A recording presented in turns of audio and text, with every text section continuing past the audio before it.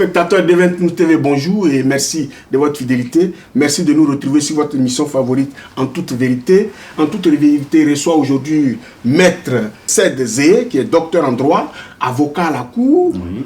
À la Cour d'appel de Paris, c'est bien ça. Oui. Il exerce par contre à Auxerre. Oui. Maître, merci d'avoir accepté notre invitation et bonjour. Merci. C'est moi qui vous remercie de me faire place ce jour pour défendre une cause noble. Nous allons en parler. Je suis effectivement Said Zé, avocat au barreau d'Auxerre de la Cour d'appel de Paris. Et je remercie votre télévision Event News de me tendre ce micro pour que nous puissions dire une certaine vérité, puisque c'est le titre même de votre émission, En toute vérité. Merci, Maître. Vous êtes en même temps le président de l'association ODEWE, Organisation pour la défense des Ouè. Oui. Et c'est à ce titre d'ailleurs que vous êtes sur ce plateau. Alors, Maître, on a l'envie de vous demander pourquoi c'est maintenant que vous vous organisez pour défendre les Ouè, après tout ce qu'on a connu comme situation dramatique en Côte d'Ivoire. Merci pour cette question, qui est une question interpellative. ODEWE est un mouvement, Organisation pour la défense des Ouè, mais qui n'est pas né aujourd'hui, qui est né en fait le 23 juillet 2011, à la suite des massacres de Dieukwé Carrefour, Dieukwé quartier Ouè, que les autres appellent quartier Guéré.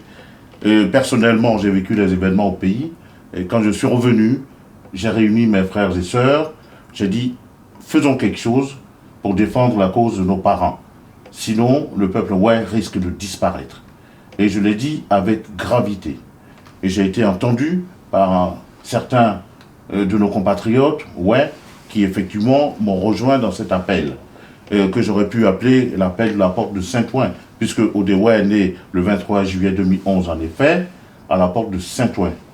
Et nous avons été déclarés et publiés à la préfecture de police de Paris.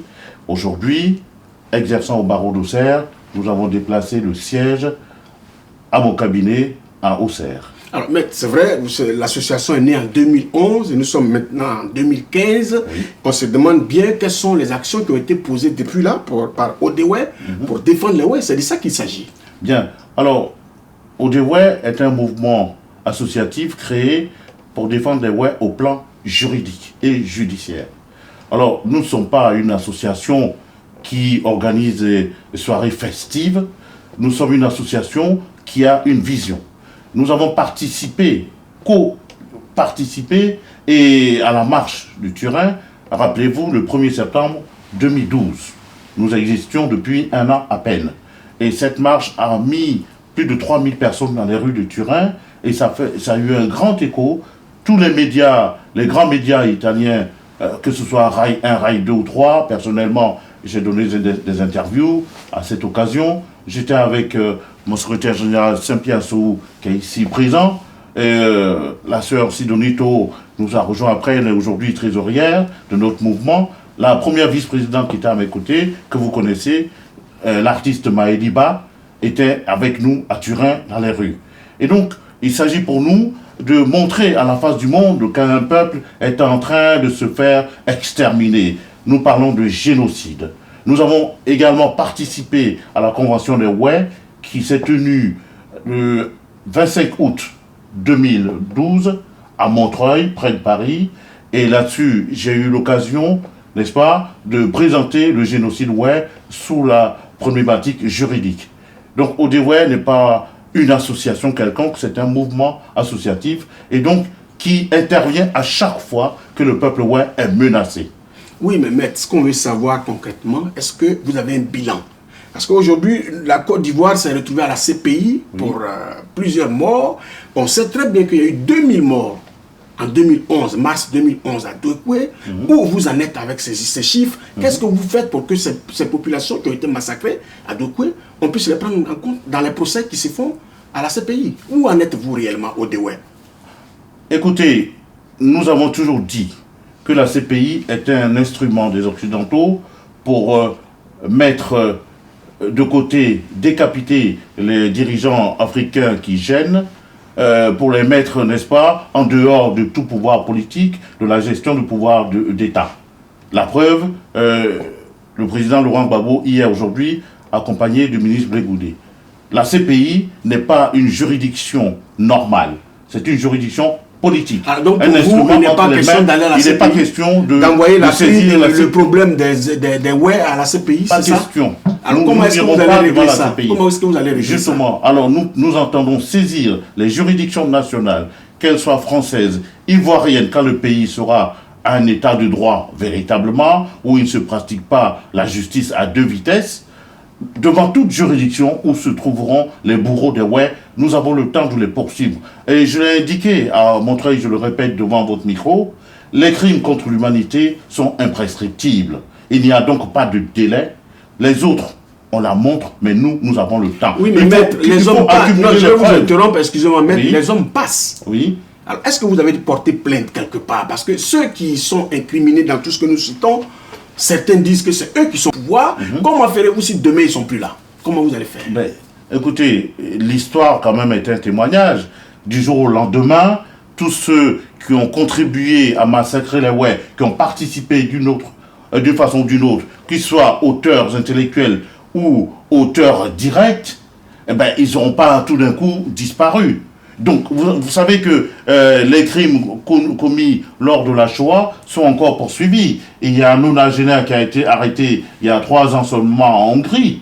Il y en a un autre qui a été arrêté il y a 6 mois en Amérique latine.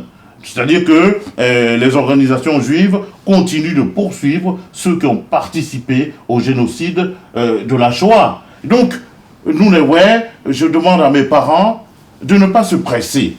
Nous avons le temps, il faut s'organiser. Et en tant qu'avocat, je sais que pour saisir une juridiction, il faut réunir suffisamment de preuves. Il ne s'agit pas de dire, mais oui, on a vu, tout le monde sait. Mais ça, ce n'est pas du droit. Tout le monde sait, mais quelles sont les preuves matérielles que vous avez entre les mains? C'est ça qui compte. Et nous sommes en train de réunir les preuves doucement, doucement, doucement. Et on y arrivera. Merci, maître. En fait, les ouais sont particulièrement visés. C'est peut-être le sentiment que les gens ont. Parce que le ministre Hubert Oulaye, oui, du FPI vient d'être arrêté et ça crée beaucoup de chamboulements dans la communauté ouais. Vous vouliez en parler. Alors, comment est-ce que vous avez vécu cette arrestation? Je vous remercie pour cette question. C'est d'ailleurs l'objet de notre déplacement ce jour à Event News.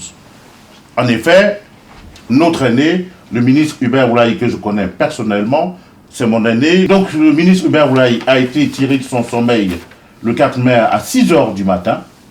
6 h du matin.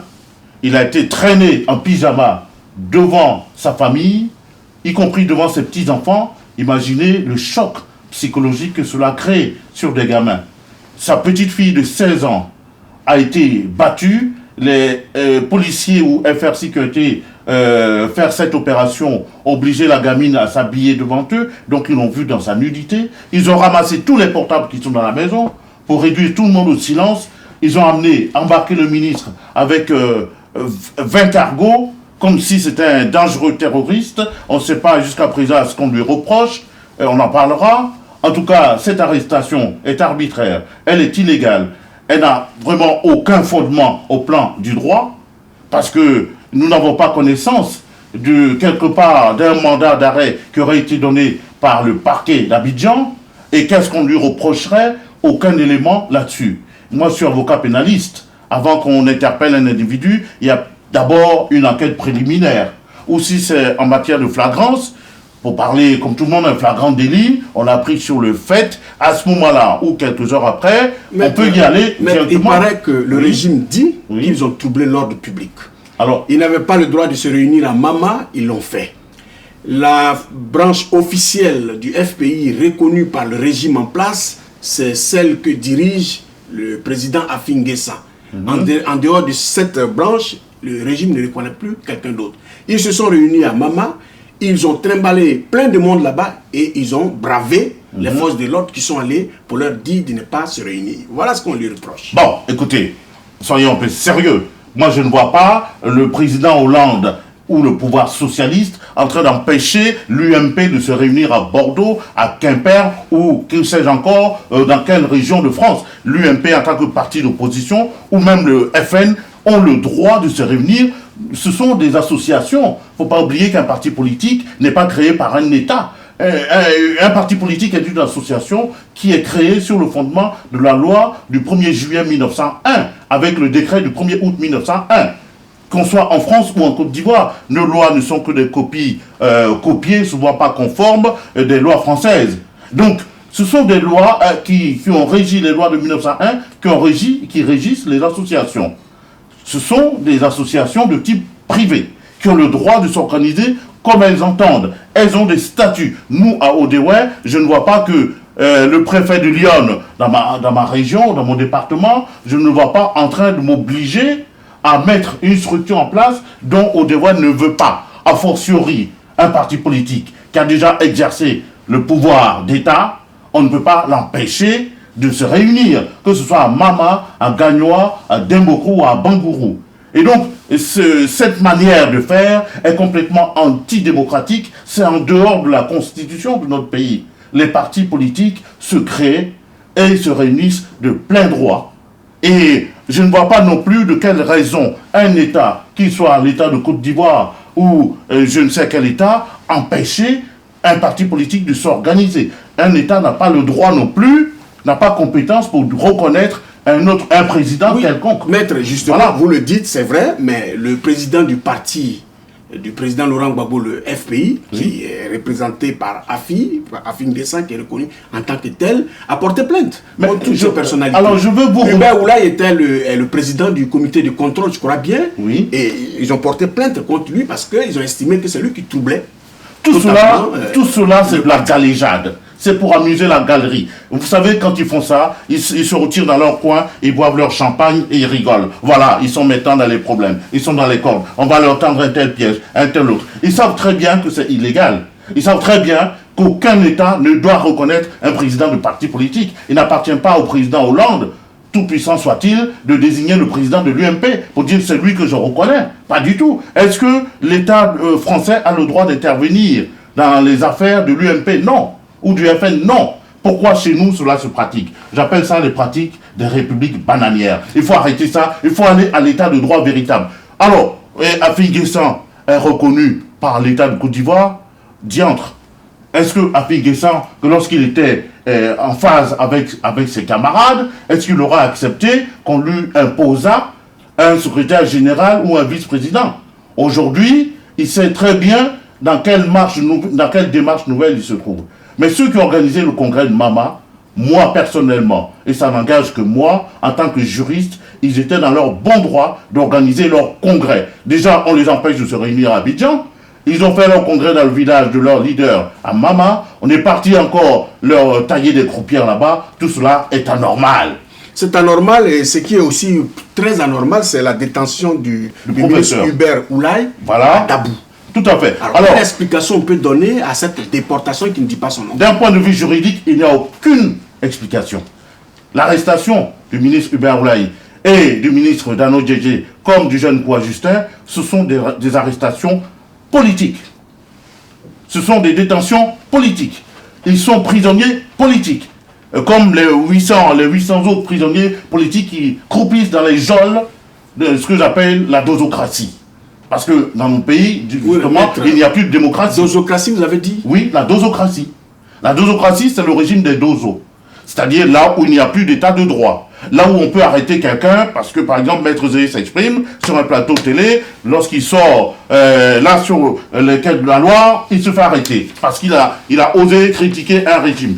Moi, je suis dans le droit. Je n'ai pas demandé aux Ivoiriens de prendre la calache. Je ne connais pas ça. Je connais que le droit. Je connais que la constitution de mon pays. Et cette constitution permet aux partis politiques de se réunir librement.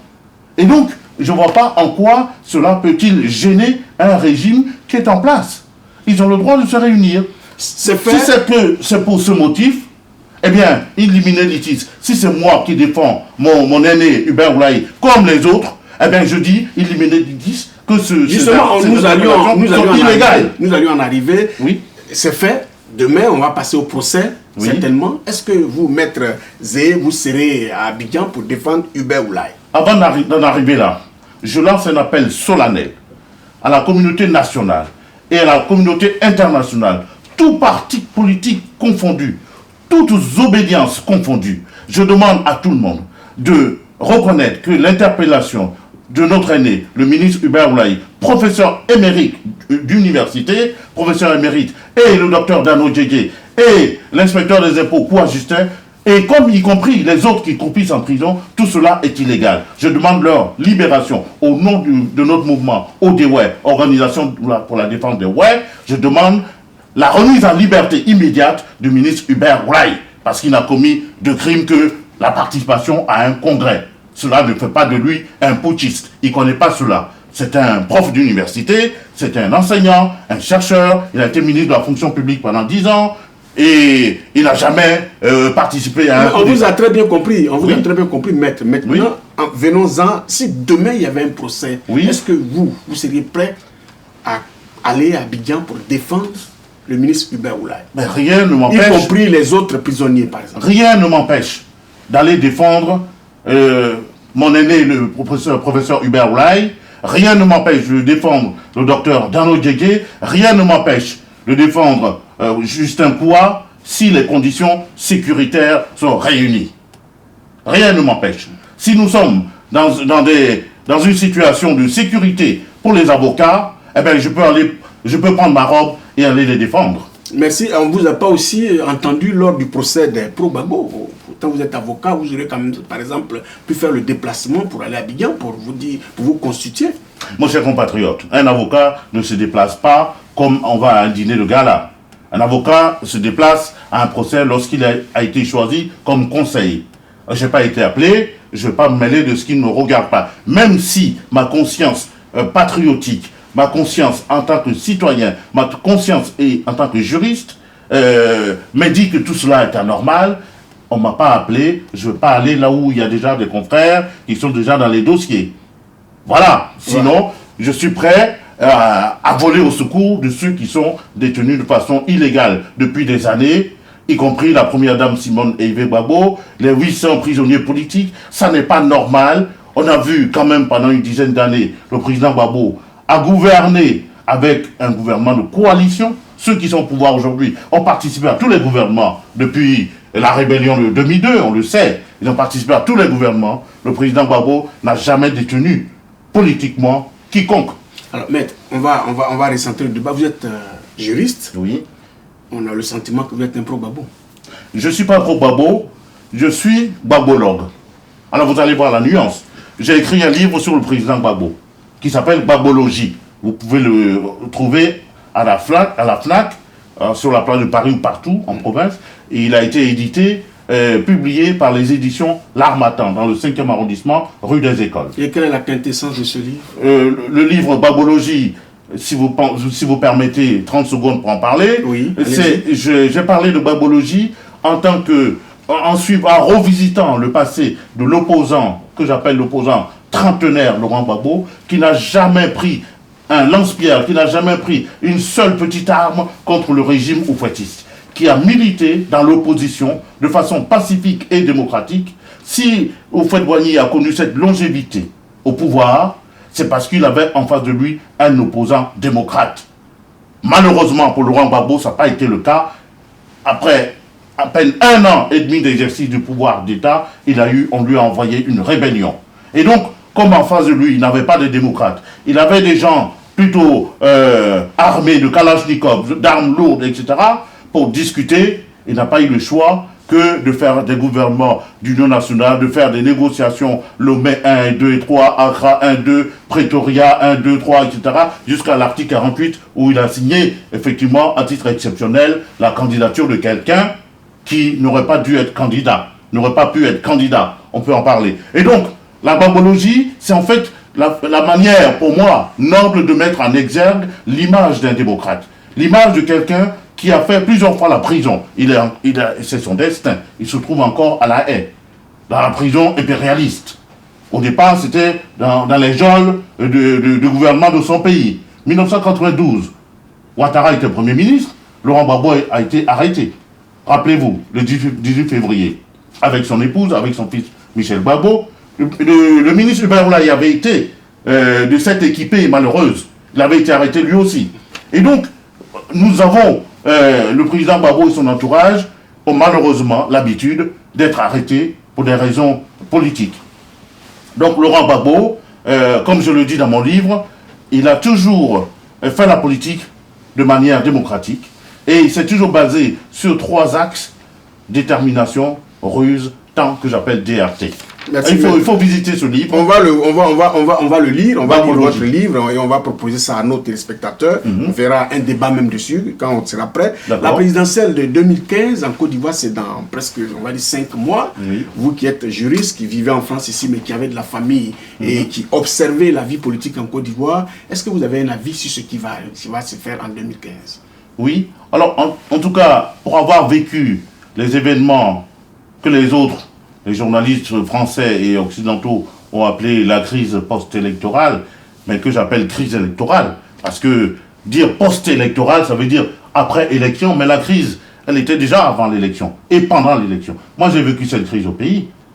Il y avait déjà des massacres, on tuait déjà à l'ouest. Au moment des événements, vous étiez en Côte d'Ivoire? J'étais en Côte d'Ivoire. Ouais, je suis parti justement avec mon livre Gbagbo sous le bras, que j'ai dédicacé au président Laurent Gbagbo, au palais qui a été malheureusement détruit par l'armée française, à la résidence.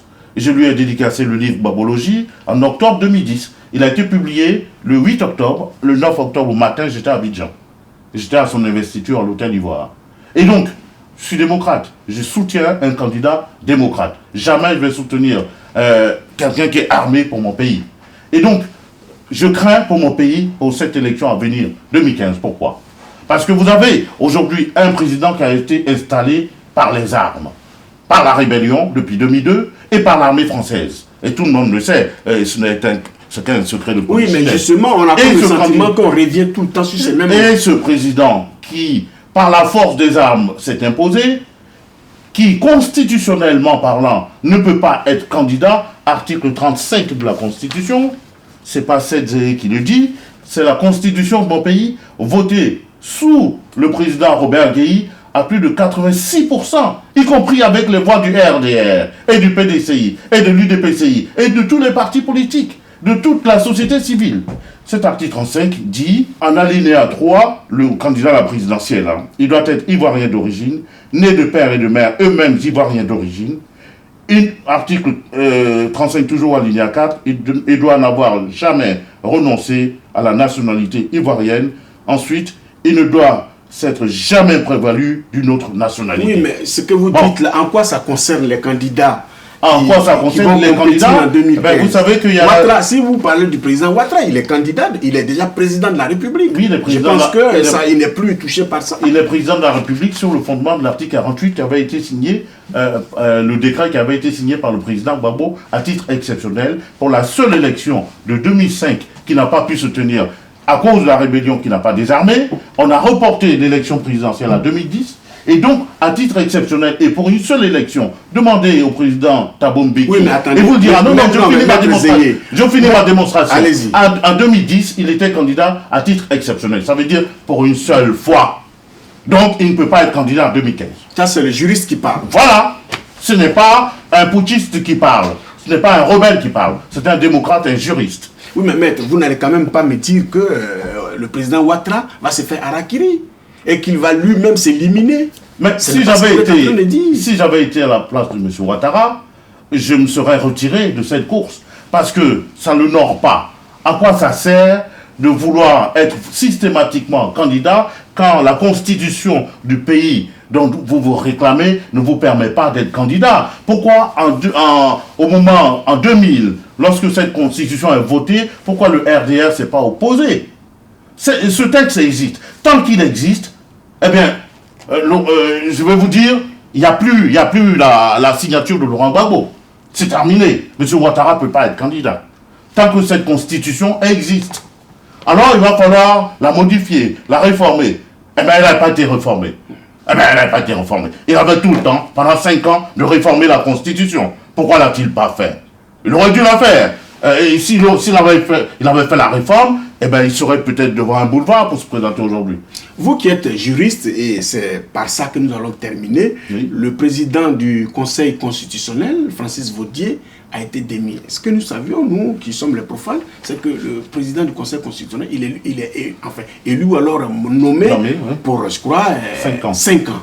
Mais le nôtre, il a été démis en cours de mandat. Est-ce qu'on peut expliquer ça? Bon, alors, le cas de Francis Vaudier, professeur de droit, c'est pas un seul exemple. Il y a eu un antécédent. Il y a eu avant lui un autre enseignant d'université aussi, l'ancien, celui qui a précédé Francis Vaudier. Vous savez dans quelles conditions il est parti. Lui aussi, le professeur Yaoundé, il n'a pas pu terminer son mandat. Mais pour avoir dit le droit, il a été, entre guillemets, décapité. Et donc, ça devient une habitude au Dos-Hollande de dégager les présidents du Conseil constitutionnel qui gênent. Francis Vaudier en a eu pour son grade, lui qui n'avait rien à faire là-dedans. Là, je parle à un parent d'un point de vue juridique, c'est mon aîné au plan du droit, un professeur émérite qui a rédigé des constitutions de beaucoup de pays africains, y compris en Égypte. Qu'est-ce qu'il avait à faire là-dedans? Il n'aurait pas dû y aller. Alors, je veux dire, tant pis pour lui, tant pis pour sa gueule. Il s'est fait avoir, et au moment où il s'est opposé à la modification de la Constitution sur la voie parlementaire, c'était trop tard. Le RDA a trouvé qu'il était devenu gênant. C'était plus un copain. Il fallait le dégager. C'est pour cela... Donc, juridiquement, c'était pas... Non, ils ne sont pas dans le droit. Vous savez bien que ce n'est pas du droit. Ils dégagent qui veulent, ils mettent qui veulent. Ils ont mis Koné Mamadou.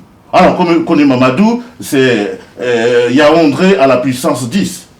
C'est-à-dire, on a reproché hier à Yaoundé d'être le copain du président Gbagbo. C'est ce que Sarkozy a dit. C'est pour ça qu'il n'a pas reconnu les résultats proclamés par le Conseil constitutionnel de mon pays, de ma patrie, par la voix du président Yaoundé. Mais aujourd'hui, on a un chef rebelle, Koné Mamadou, qui a été dans la rébellion, qui est plus que proche de Ouattara, et qui, lui, est déposé à la tête du même Conseil constitutionnel. Il y a problème. Il y a de l'arbitraire. Maître, on va terminer cet entretien et on va surtout vous demander de lancer un appel à tous les membres de votre association, au DEWE, mais surtout aussi de parler aux Ivoiriens, parce que vous vous sentez vraiment engagé pour que la libération du professeur Hubert Oulaye se fasse très très vite. Alors on vous donne la possibilité de vous adresser aux Ivoiriens. Merci bien.